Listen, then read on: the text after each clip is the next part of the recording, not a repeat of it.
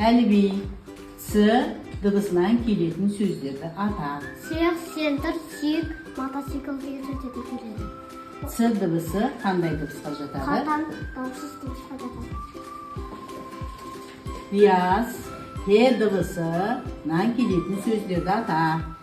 Экскаватор, экскаватор, экипаж, экран, электр. Дыбысы қандай дыбысқа жатады? Дауысты дыбысқа жатады. Ұлпан. В дыбысынан келетін сөздерді ата. Вагон, паровоз, автобус, велосипед. В дыбысы қандай дыбысқа жатады? Қатан, дауыссыз дыбысқа жатады. Айша. Ш дыбысынан келетін сөздерді ата. Щетка, шапка, плащ,